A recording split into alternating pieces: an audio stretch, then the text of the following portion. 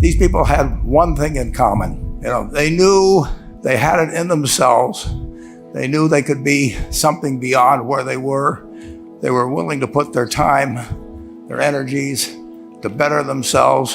What you really could do with more skills, it's just remarkable. So I would like to just tell you a couple of short stories, and we'll draw maybe a couple of lessons from them.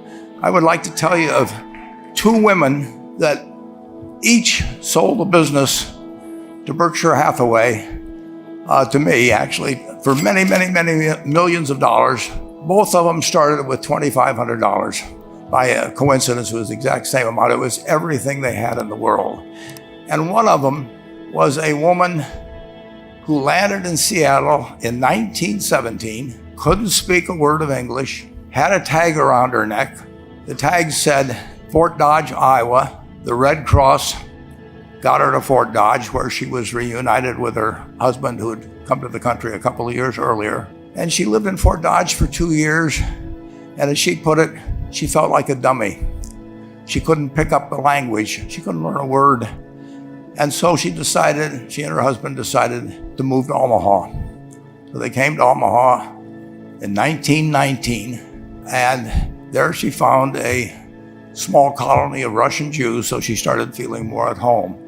And then as her oldest daughter went to school, she would come home, this daughter, Frances, and she would teach her mother the words she'd learned in school that day.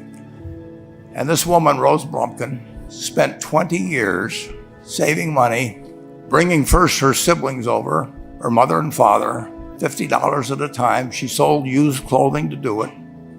She had 4 children during this period. And by 1937, after 20 years, she'd saved $2,500.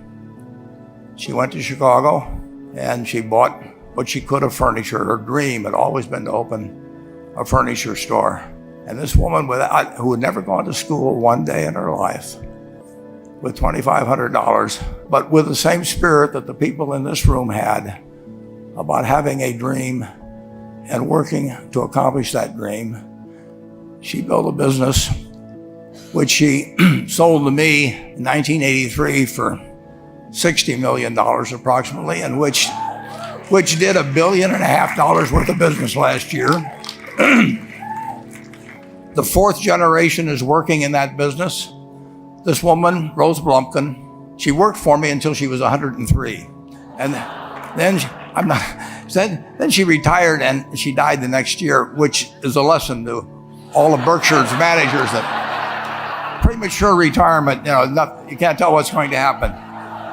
But Mrs. B, with her $2,500, one further fact about her, she could not read or write. And she went into a furniture business, and she didn't bring anything unique in furniture, but she brought a determination to succeed. She knew she could outwork anyone else. She knew she cared about her customers. She worked at very low gross margins, but she built this incredible business.